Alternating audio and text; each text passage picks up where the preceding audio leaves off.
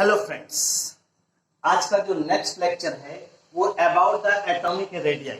हम लोग atomic radii के बारे में पढ़ेंगे और एटॉमिक रेडियाई में भी आपको सबसे पहली चीज तो ये जानना चाहिए कि काफी इंपॉर्टेंट टर्म्स है और एलिमेंट्स की जो फिजिकल और केमिकल प्रॉपर्टी होती है इस एटॉमिक रेडियाई के टर्म्स में हम लोग मेजर करते हैं, are determined with the help of radii. Atomic radius को हम लोग कंसीडर कब कर सकते हैं? जब एटम्स इन बॉन्डिंग स्टेट हो या एटम्स इन इंट्रैक्शन स्टेट हो, यानी इनके बीच में इंट्रैक्शन होना चाहिए। ये कंडीशन है, ये यहाँ पे कंडीशन है जिसको हम लोग यहाँ पे फॉलो करेंगे या ऑब्जर्व कर सकते हैं। अगर इसी चीज को ऑब्जर्व करें हम लोग यहाँ पे तो हम सीधे सीधे क्या कह सकते हैं, देखिए जैसे नॉर्मली डेफिनेशन एक सिंपल तरीके से अगर किसी को समझाना हो तो कैसे आप कहते हैं कि जैसे ये न्यूक्लियस है और इसके चारों तरफ ये सेलेक्टेड सर्कुलर पाथ होता है, ठीक, और ये इलेक्ट्रॉन पाया गया यहाँ पे, ठीक, इलेक्ट्रॉन पाया गया ये आपका। और आपने कहा कि सेंटर ऑफ न्यूक्लियस और वैलेंस सेल इनके बीच की डिस्टेंस जो है, यानी इनके बीच की जो एवरेज डिस्टेंस है, average distance between centre of nucleus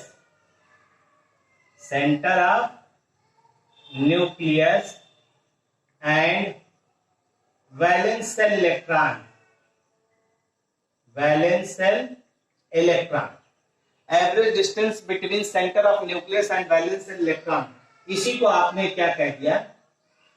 atomic radii. अगर आप इसी को ध्यान दीजिए तो आप तो ये जानते हैं according to uncertainty principle electron की जो पर्टिकुलर पोजीशन, एग्जैक्ट लोकेशन आप बता नहीं सकते। क्यों? क्योंकि इलेक्ट्रॉन तो वेव नेचर शो करता है तो वो एरिया कंफाइन करता है एक पार्टी। देखिए वेव है तो इस तरह से मूवमेंट करेगा, अगर इस तरह से मूवमेंट करेगा तो ये इलेक्ट्रॉन यहाँ पे पाया जाए जरूरी नहीं, इलेक्ट्रॉन यहाँ भी हो सकता है, यहाँ भी हो सकता है, यहाँ भी हो सकता है, यहाँ भी हो सकता है, यहाँ भी हो सकता है। तो ये डेफिनेशन जो है, this definition is unsatisfactory, this definition is unsatisfactory, ठीक, ये डेफिनेशन अनसैटिस्फैक्टरी है। क्यों? क्योंकि हमने बताया ना इलेक्ट्रॉन की एग्जैक्ट लोकेशन के बारे में आप ये चीज नहीं बता सकते इलेक्ट्रॉन यहीं पाया जाएगा। एक एरिया होगा जिसमें इलेक्ट्रॉन पाया जाएगा, तो उस एरिया का जो हमने बताया ना इलेक्ट्रॉन वेव होगा तो वहां मूवमेंट इसका इस तरह से होगा, न कि एग्जैक्ट लोकेशन आप बताएंगे। ये डेफिनेशन जो है इसीलिए कहा जाता है अनसैटिस्फैक्टरी। तो यहाँ पे आपने एक कंडीशन कही कि अगर एटॉमिक रेडियाई को मेजर करना है तो ये जरूरी है कि एटम्स इन बॉन्डिंग स्टेट में हो या इंट्रैक्शन उनके बीच में, एटम्स के बीच में इंट्रैक्शन होना चाहिए, ये कंडीशन है। अगर बॉन्डिंग स्टेट है, इंट्रैक्शन है, तो ही हम लोग एटॉमिक रेडियाई नॉर्मली हम लोग क्या करते हैं, मेजर करते हैं। और हम लोग atomic radii normally expressed in following scale, कुछ स्केल है जिसमें एटॉमिक रेडियाई को मेजर करते हैं, एक्सप्रेस्ड इन फॉलोइंग स्केल। और पहला है कोवैलेंट रेडियाई,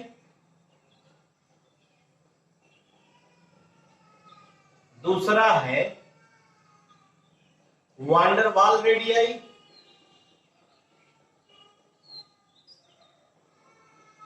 और तीसरा है metallic radii. Metallic radii, van der Waals radii, covalent radii, इस तरह से नॉर्मली हम लोग ऑब्जर्व करते हैं। ये तीन स्केल हैं, इन तीनों स्केल की सहायता से नॉर्मली हम लोग रेडियाई को मेजरमेंट करते हैं, रेडियाई का मेजरमेंट करते हैं, जिनको हम लोग अब पढ़ने चल रहे हैं, ठीक। तो रेडियाई की अगर हम लोग बात कर रहे हैं तो कोवैलेंट रेडियाई नाम से पता चल रहा है, इनके बीच में कोवैलेंट बॉन्डिंग, वान der Waals radii van der वाल बॉन्डिंग होगी, मेटालिक रेडियाई मतलब मेटालिक बॉन्डिंग होगी।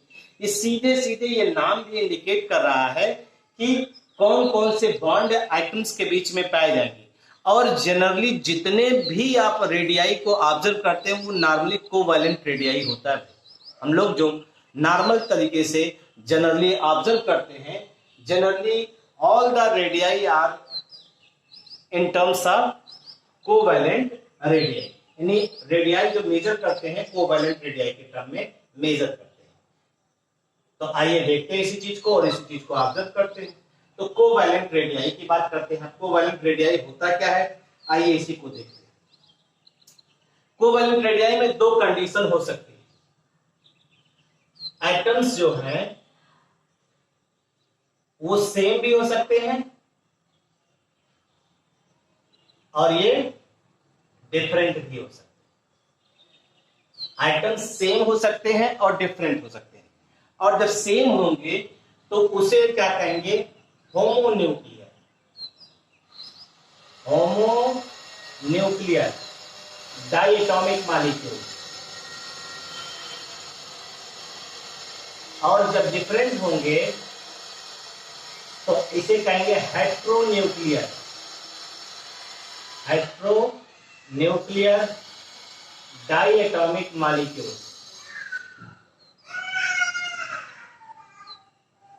हेट्रोन्यूक्लियर डाइएटॉमिक मॉलिक्यूल की बात करें, हेट्रोन्यूक्लियर डाइएटॉमिक मॉलिक्यूल, ये सीधे सीधे आप ऑब्जर्व करेंगे। ठीक है भाई, तो हम लोग नॉर्मली यहाँ पे इसी चीज को ऑब्जर्व करने चलते हैं। दो ऐसे एटम्स, पहले सेम वाला देखते हैं, सेम वाला देखते हैं। दो एटम्स लिया आपने, एक एटम्स, और यहाँ जरूरी क्या है, एटम्स एक दूसरे से बॉन्ड बनाए, यानी कोवैलेंटली बॉन्डेड है।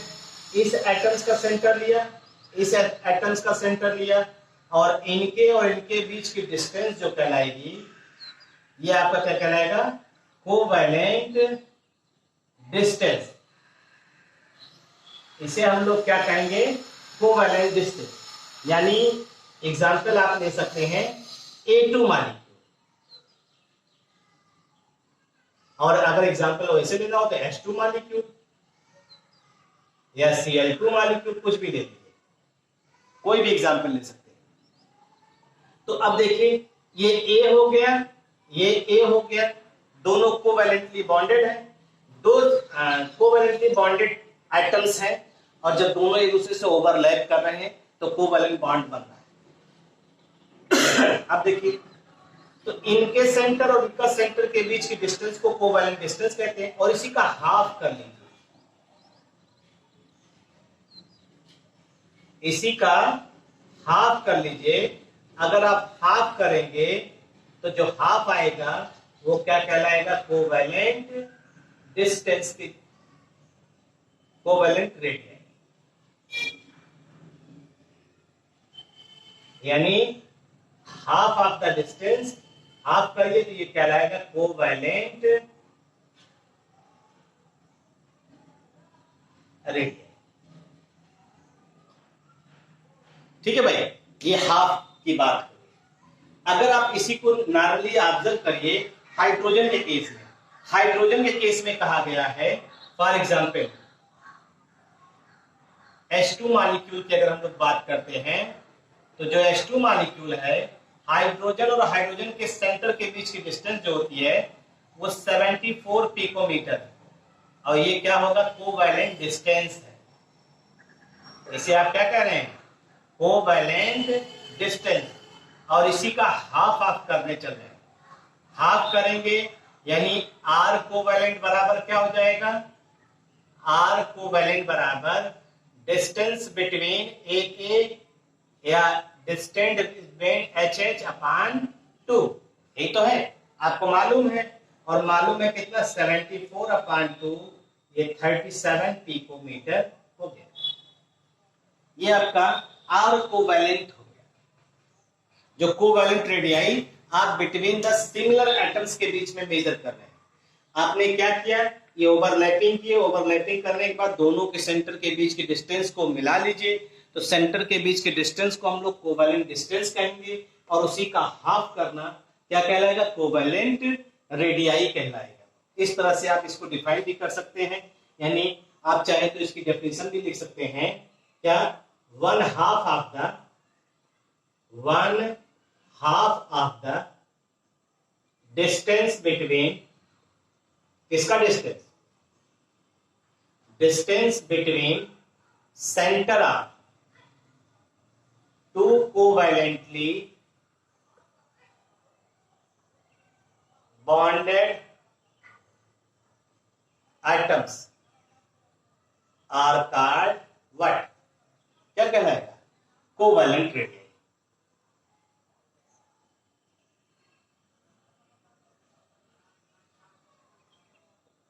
Covalent radius, two covalently bonded similar atom भी कर सकते हैं। एटम्स कैसा रहेगा, सिमिलर रहेगा, या ध्यान रखिएगा ये चीज। और हमने एग्जांपल भी है कोवैलेंट रेडियस का, ऐसे तमाम एग्जांपल है, एग्जांपल को देखते हुए चलिए, कोई दिक्कत नहीं। ये हो गया भाई, आइए देखते हैं कुछ डिसिमिलर एटम्स को देख लीजिए। अगर आप डिसिमिलर एटम्स को देखेंगे तो आपको आइडिया होगा उसमें क्या कहा गया है, ठीक, उसमें भी देखा जाए तो थोड़ा आइडिया आपको हो जाएगा।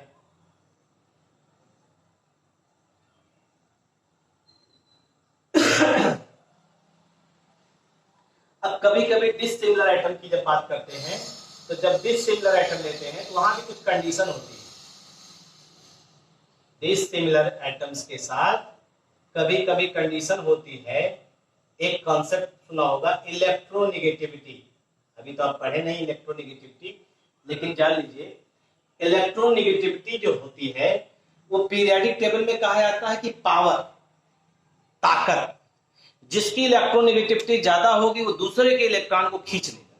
मतलब अगर आपके अंदर ताकत है तो आप दूसरे की चीज को भी ले सकते हैं, बशर्ते वो आपसे इंटरेक्ट किया, आपसे जुड़ा। जैसे हम आपसे जुड़े हुए हैं तो आप हमसे ले सकते हैं, कोई भी चीज हमसे ले सकते हैं। आप जो है ये क्या हुआ, आपकी इलेक्ट्रोनेगेटिविटी। अगर हम आपसे कोई चीज ले रहे हैं तो ये हमारी इलेक्ट्रोनेगेटिविटी। सीधा सीधा यहाँ पे कॉन्सेप्ट है। तो डिसिमिलर एटम्स में इलेक्ट्रोनेगेटिविटी कभी कभी जो है एटम्स की सेम हो जाती है, इलेक्ट्रोनेगेटिविटी सेम हो जाएगी। जैसे देखिए कार्बन और एंड हाइड्रोजन, कार्बन हाइड्रोजन को ले लीजिए, इनकी इलेक्ट्रोनेगेटिविटी सेम होती है और कभी कभी डिफरेंट भी हो जाती है, ठीक है। जैसे हाइड्रोजन हो गया एंड क्लोरीन हो गया, अलग हो गया। हेलोजन की इलेक्ट्रोनेगेटिविटी वैसे भी हाईएस्ट मानी जाती है, बहुत ज्यादा। तो इस तरह की सिचुएशन अगर होगी, अगर इस तरह की सिचुएशन होगी तब हम लोग कैसे इसको ऑब्जर्व करेंगे, आइए देखते हैं इसी को। इसमें बहुत दिक्कत नहीं है, आपको वही दो एटम्स लेना है, दो एटम्स लेना है। एक को मान लीजिए ए, फॉर एग्जाम्पल ए बी मान,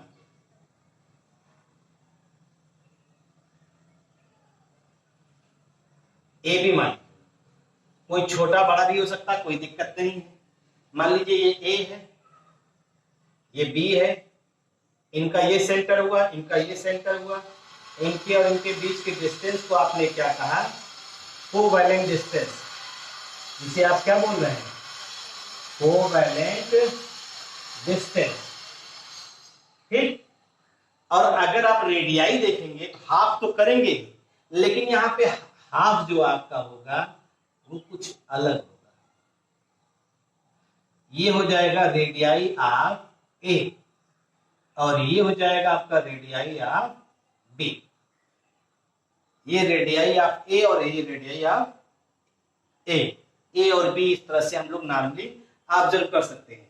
यानी डिस्टेंस ए बी अगर निकालना है, ठीक, डिस्टेंस ए बी बराबर R A plus R B, ये आपको मालूम होना चाहिए।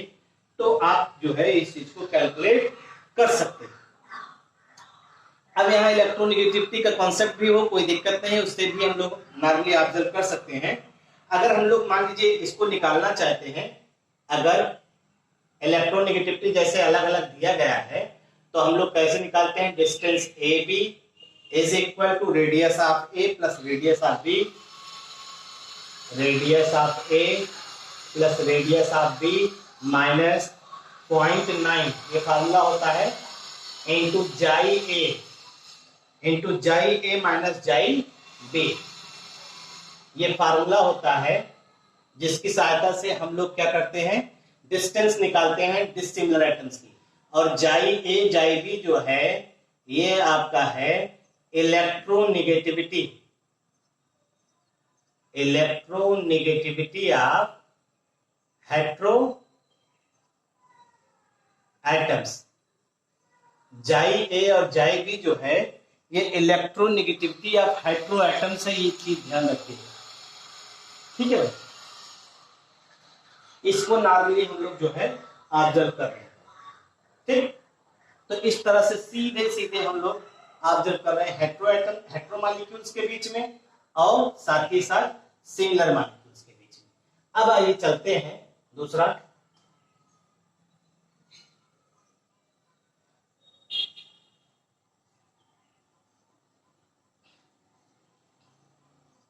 Van der Waal radius. Van der Waal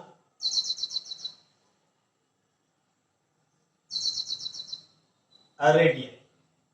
van der Waal radii की अगर हम लोग बात करते हैं तो ये इस तरह का बॉन्ड है जिसमें आप दूर से, जैसे हम दो लोग हैं, दो लोग दूर दूर हैं और दो लोग दूर दूर हैं, उनके बीच में कोई बॉन्डिंग नहीं है और उन दोनों के बीच की डिस्टेंस निकाल लीजिए, वो वांडरवाल डिस्टेंस हो गया।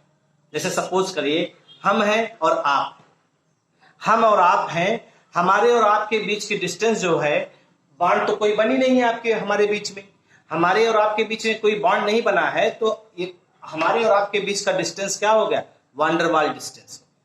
और उसी का हाफ कर लीजिए तो क्या कहलाएगा, वांडरवाल रेडियाई। तो सीधे सीधे हम लोग कह सकते हैं वांडरवाल रेडियाई जो है विदाउट एनी बॉन्ड, हम लोग कहां मेजर करते हैं,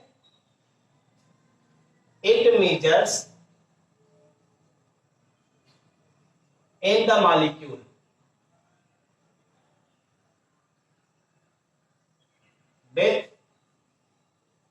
without between the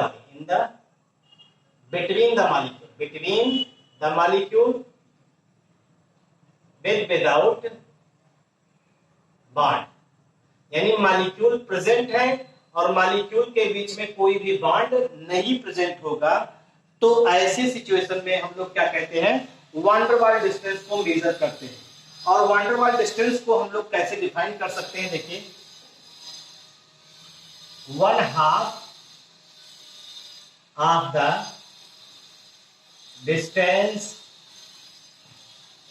1/2 of the distance between two adjacent atoms, between two adjacent atoms, between two adjacent atoms of the substance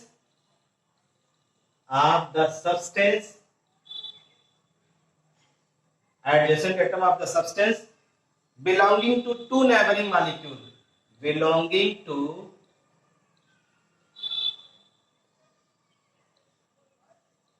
two neighboring molecule, belonging to two neighboring molecule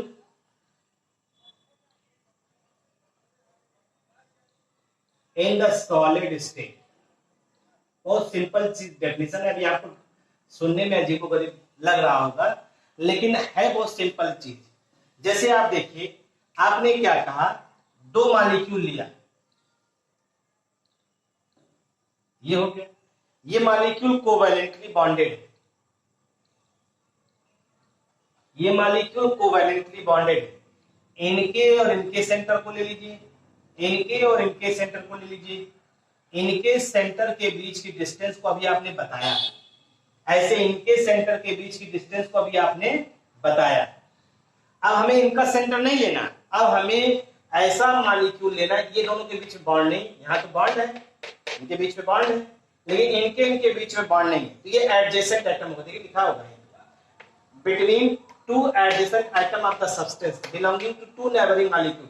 दो neighbouring molecule है और इनका adjacent atom है, इनके centre के बीच की distance लीजिए, तो सेंटर के बीच की डिस्टेंस अगर आप लेंगे तो ये आता है,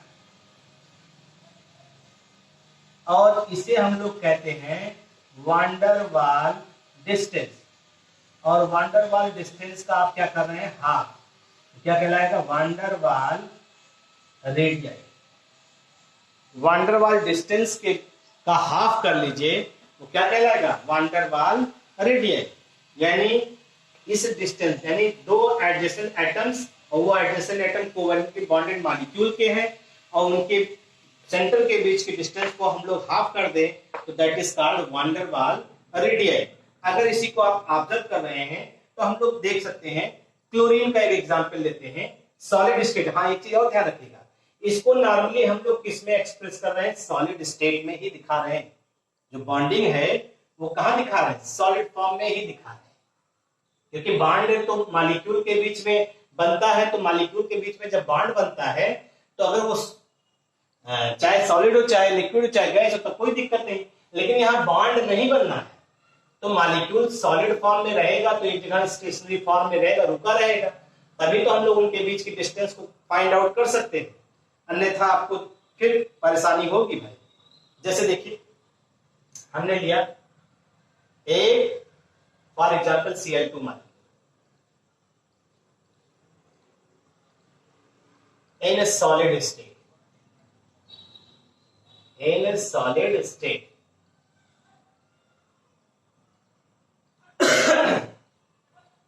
हमने ऐसे ले लिया,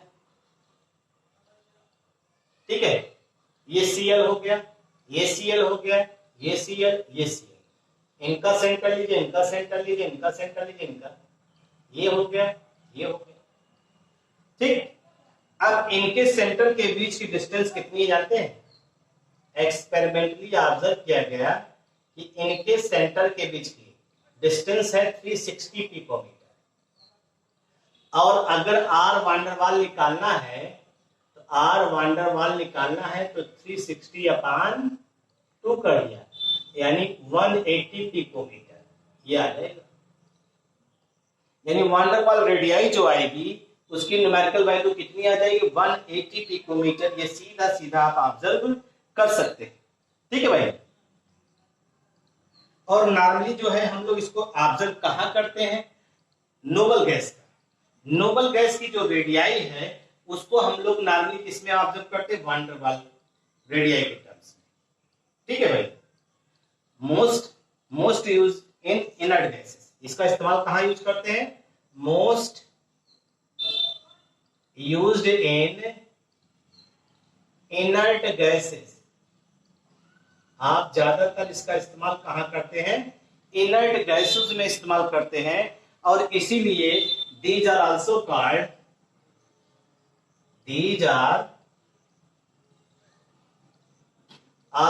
called what, inert gas radial. इसे हम लोग क्या नाम देते हैं, इनर्ट गैस रेडियल। इसी वजह से इसका नाम इनर्ट गैस रेडियल होता है, ये ध्यान रखिएगा, ठीक। ये आपका हो गया इनर्ट गैस वांडरवाल रेडियाई। अब वांडरवाल रेडियाई के बाद हम लोग नॉर्मली ऑब्जर्व करने चल रहे हैं मेटेलिक रेडियाई। मेटेलिक रेडियाई को देखते हैं, मेटेलिक रेडियाई को हम लोग सीधे सीधे ऑब्जर्व करेंगे और इसको देखते हैं।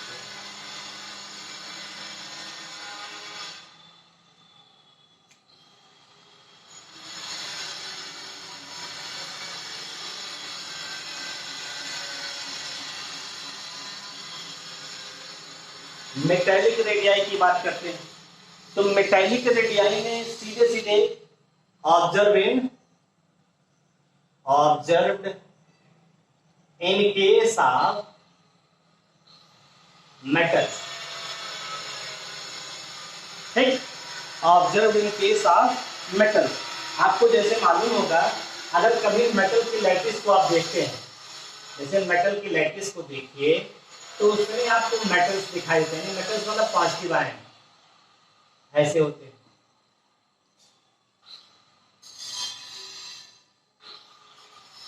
जिनकी पोजीशन फिक्स दिखाते हैं हम लोग,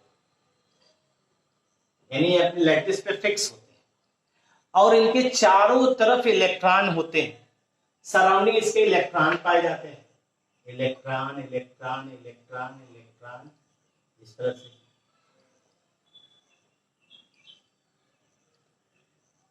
ये इस तरह से देख रहे हैं, इस तरह से इलेक्ट्रॉन पाए जाते हैं।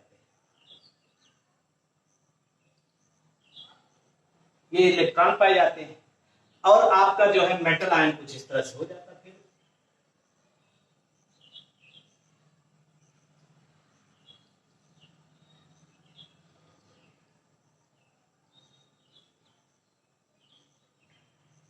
ये इस तरह से हो गया।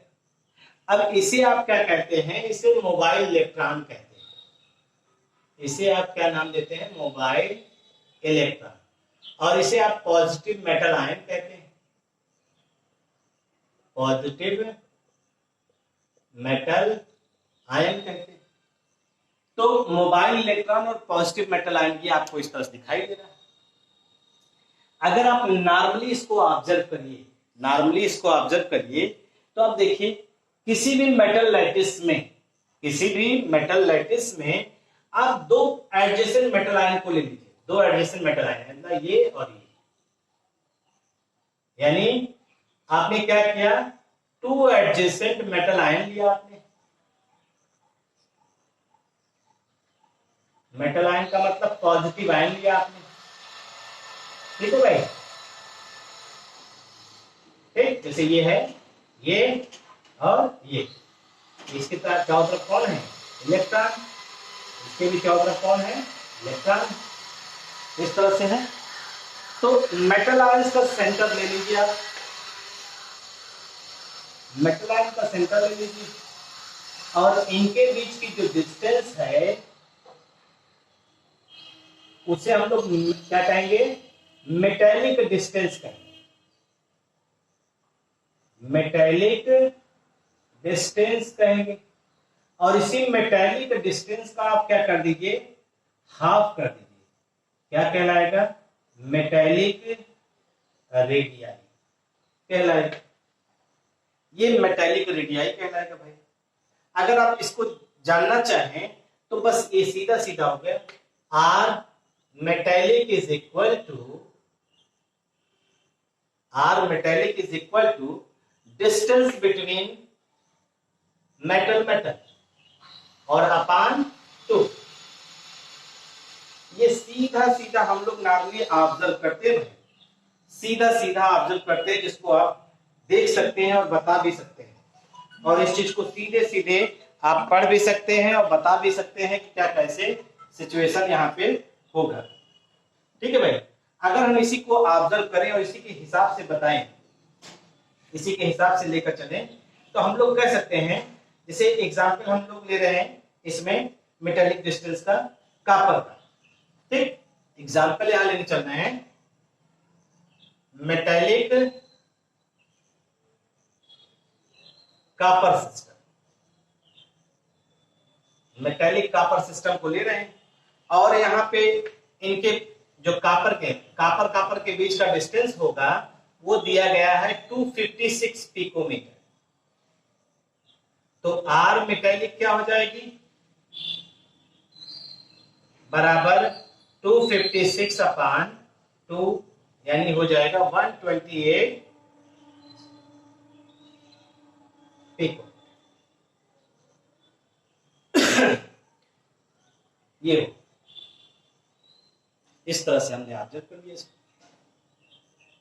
इस तरह से सीधा सीधा आपने मेटेलिक रेडियाई के बारे में बता दिया। अब यहाँ एक क्वेश्चन बनता है कि तीनों में कौन ज्यादा बड़ा होता है। तीनों में देखने पे वैसे लग रहा है, लेकिन आपको हो सकता है आउटलाइन आइडिया ना हो रहा हो। देखने में तो लग रहा है कौन बड़ा है कौन छोटा है, इसकी बात नहीं यहाँ पे। तो सबसे पहली चीज देखिए, कोवैलेंट रेडियाई की अगर हम लोग बात करते हैं तो उसमें बॉन्डिंग पाई जाती है, मतलब उसमें क्या होते हैं, एक दूसरे में इंटरमिक्सिंग होती है। तो हम लोग कह सकते हैं यहाँ पे r covalent much smaller than r metallic और much smaller than r van der Waals. आपको मालूम है वांडरवाल में बॉन्ड नहीं होता है, वांडरवाल में विदाउट बॉन्ड है, विदाउट बॉन्ड है तो मॉलिक्यूल दूर दूर प्रेजेंट है, और जब दूर दूर प्रेजेंट होंगे तो वान डेर वाल रेडियस सबसे ज्यादा होगी।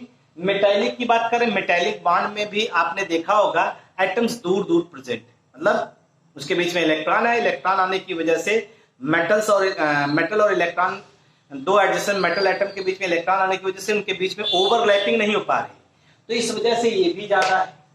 लेकिन कोवैलेंट में आप देखते हैं एटम्स में ओवरलैपिंग होती है, एक दूसरे के पास आते हैं, यानी एक दूसरे के पास आने की वजह से इसका कुछ एरिया उसमें इंटर करता है, उसका कुछ एरिया इसमें इंटर करता है, जिस वजह से r covalent much smaller than metallic, metallic r smaller than van der वाल।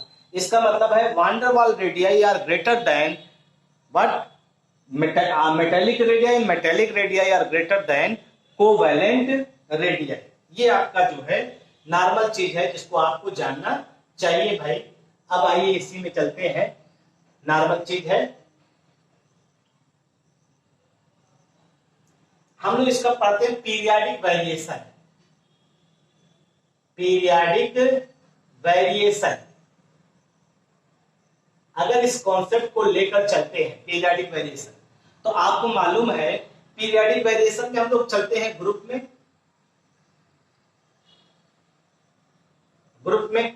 अब ग्रुप में हमेशा हम लोग चलते हैं top to bottom.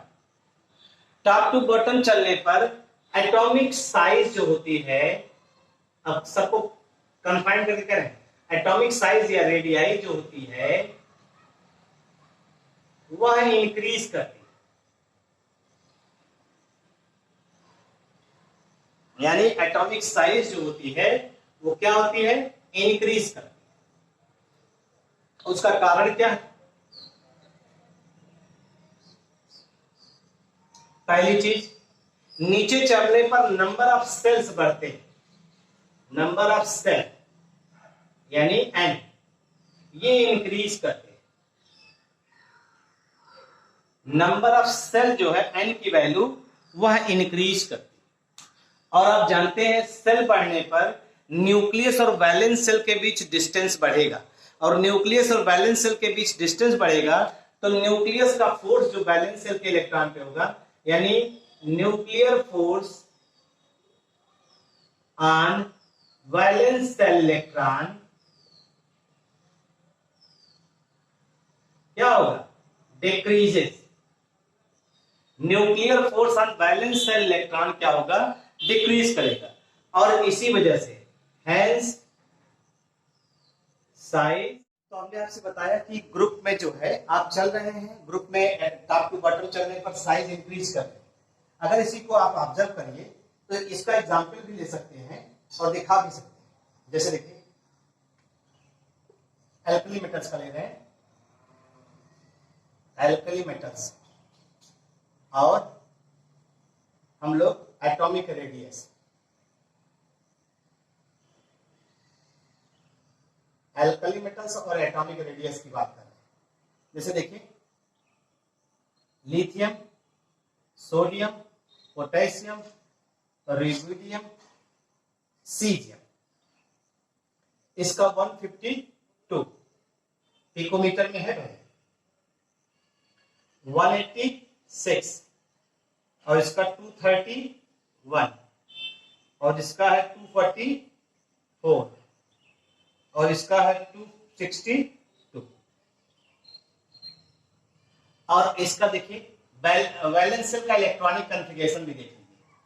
Valence shell क्या आता है, आप देखिए वैलेंस सेल लास्ट में क्या आएगा, 1s2 2s1, इसका क्या आएगा 3s1, इसका क्या आएगा 4s1, इसका क्या आएगा 5s1, इसका क्या आएगा 6s1। तो आप खुद गौर से देखिए, नीचे चलने पर n की वैल्यू बढ़ रही है, देखिए n 2 3 4 5 6, n की वैल्यू इंक्रीज कर रही है। n इंक्रीज करने का मतलब हो गया न्यूक्लियस और वैलेंस सेल के बीच डिस्टेंस क्या हो रही है, बढ़। और जब न्यूक्लियस और वैलेंस सेल के बीच डिस्टेंस बढ़ रही है तो ऑटोमेटिक न्यूक्लियस का फोर्स वैलेंस शेल के इलेक्ट्रॉन पे अपने आप कम हो जाएगा, और जब न्यूक्लियस का फोर्स वैलेंस शेल के इलेक्ट्रॉन पे कम होगा तो साइज ऑटोमेटिक क्या होगी, डिक्रीज करेगी। क्यों? क्योंकि जो इनर शेल के इलेक्ट्रॉन है यहाँ पे वो न्यूक्लियस के फोर्स को सील्ड करेंगे, रोकेंगे। इसी को हम लोग स्क्रीनिंग इफेक्ट कहते हैं, अभी पढ़ा जाएगा आगे। तो ये यहाँ पे नॉर्मली हम लोग ऑब्जर्व कर रहे हैं कि जैसे जैसे हम लोग आगे बढ़ रहे हैं, नंबर ऑफ सेल बढ़ रहा है, तो न्यूक्लियर फोर्स वैलेंस शेल के इलेक्ट्रॉन पे कम हो रहा है, इसलिए साइज इंक्रीज कर रहे हैं। ये सीधा सीधा एक कॉन्सेप्ट आप अप्लाई कर रहे हैं। ठीक है भाई, इसको देख लीजिए। और भी ऐसे तमाम ग्रुप हैं, इसमें आप ऑब्जर्व कर सकते हैं इसको। और एक चीज और ध्यान रखिएगा, ये जो साइज का वेरिएशन है, अगर आप देखिए इरेगुलर कहीं कहीं होती है, तो वो आएगा जब साइज हम लोग पढ़ा जाएगा। कहीं एक्सेप्शन बिहेवियर, कहीं डी के इन्वॉल्वमेंट की वजह से हो जाता है, कहीं न्यूक्लियस का फोर्स ज्यादा हो जाता है, कहीं कम होता है। तो ये तमाम चीजें हैं, तमाम फैक्टर्स हैं जो कहीं ना कहीं कुछ ना कुछ रिस्पॉन्सिबल हैं। अगर हम लोग इसी तरह से ग्रुप के बाद पीरियड को ऑब्जर्व करते हैं, ये बेसिक कॉन्सेप्ट आपको मालूम होना चाहिए कि ग्रुप में ऊपर से नीचे चलने पर साइज क्या होती है, डिक्रीज करती है। ये आपको मालूम होना चाहिए, ये पहली चीज, ये पहली शर्त है। और अगर अब हम लोग अगर इसी को पीरियड में ऑब्जर्व करें, इन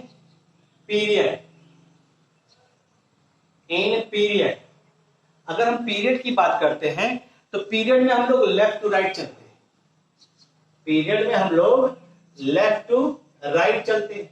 और लेफ्ट टू राइट चलने पर एटॉमिक साइज डिक्रीज करती है, फिक्स है, जान लीजिए, atomic size decreases. Atomic size decrease करने का मतलब यहां पे सीधा सीधा क्या है, बिकॉज यहां पे नंबर ऑफ सेल एन की वैल्यू कांस्टेंट होती है, एन की वैल्यू क्या होती है, कांस्टेंट होती है, यानी सेल की वैल्यू कांस्टेंट होगी। और सेल अगर कांस्टेंट है तो आपको मालूम है एटॉमिक नंबर तो बढ़ता ही, एटॉमिक नंबर इंक्रीजेस, यानी nuclear charge at each step increases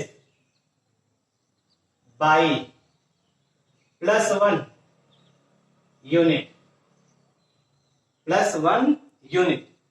+1 unit increase करता है, न्यूक्लियर चार्ज इंक्रीज करता है बाई +1 यूनिट। अगर इसी को हम लोग ऑब्जर्व करें तो देखिए, जैसे lithium, beryllium, boron, carbon, nitrogen, oxygen, fluorine, neon, इसका एटॉमिक नंबर 3, 4, 5, 6, 7, 8 और 9 और 10। तो अगर आप इसको देखिए तो ये कौन से पीरियड के हैं, सब सेकेंड पीरियड के हैं भाई।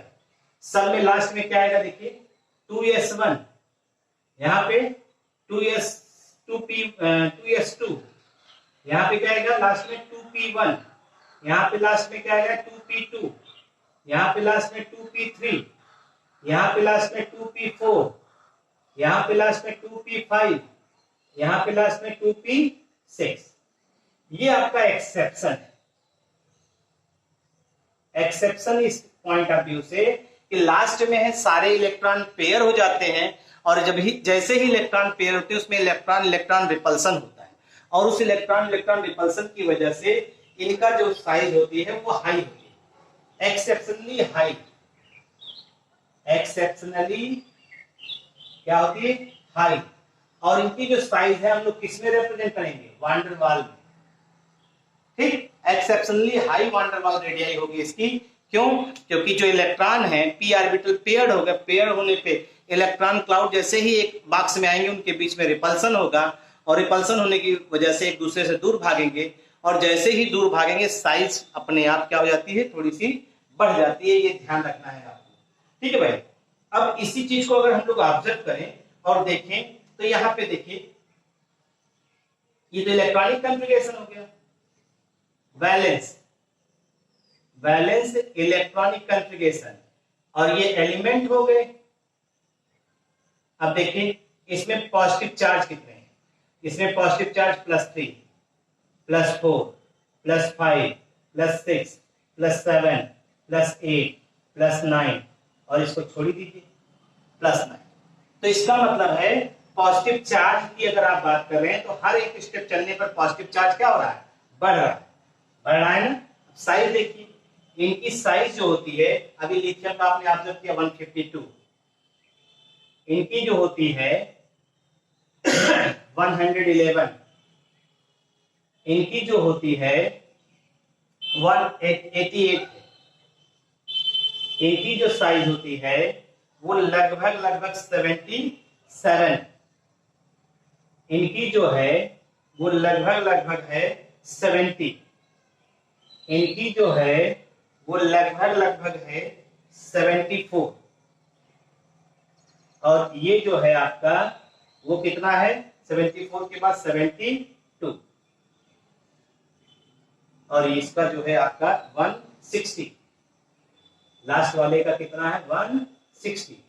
अब यहां पे देखिए एक आपने एक्सेप्शनल बिहेवियर शो कर दिया। अब नाइट्रोजन का अगर आप देखते हैं, नाइट्रोजन 7, ऑक्सीजन क्या है 8, इसके लास्ट में आता 2p3 और इसके लास्ट में आता 2p4। 2p4 का मतलब यहां पेयरिंग शुरू हो गई और यहां पेयरिंग नहीं, 1 2 3।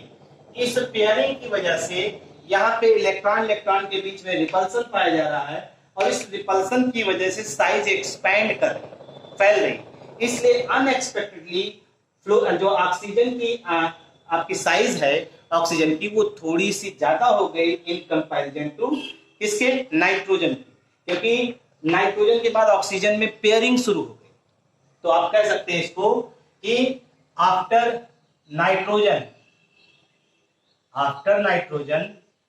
in oxygen pairing of electron takes place, pairing of electron takes place. जब पेयरिंग शुरू हो जाएगी इलेक्ट्रॉन की किसमें, ऑक्सीजन में, तो वहां पे क्या होगा, a new factor introduce, new factor comes into the picture, और वो पिक्चर में कौन आ रहा है, इलेक्ट्रॉन रिपल्सन, और इलेक्ट्रॉन रिपल्सन क्या करता है, साइज को एक्सपैंड करता है, साइज को क्या करेगा, एक्सपैंड करेगा और साइज को बढ़ा देगा। Hence oxygen size slightly more than किसके, नाइट्रोजन।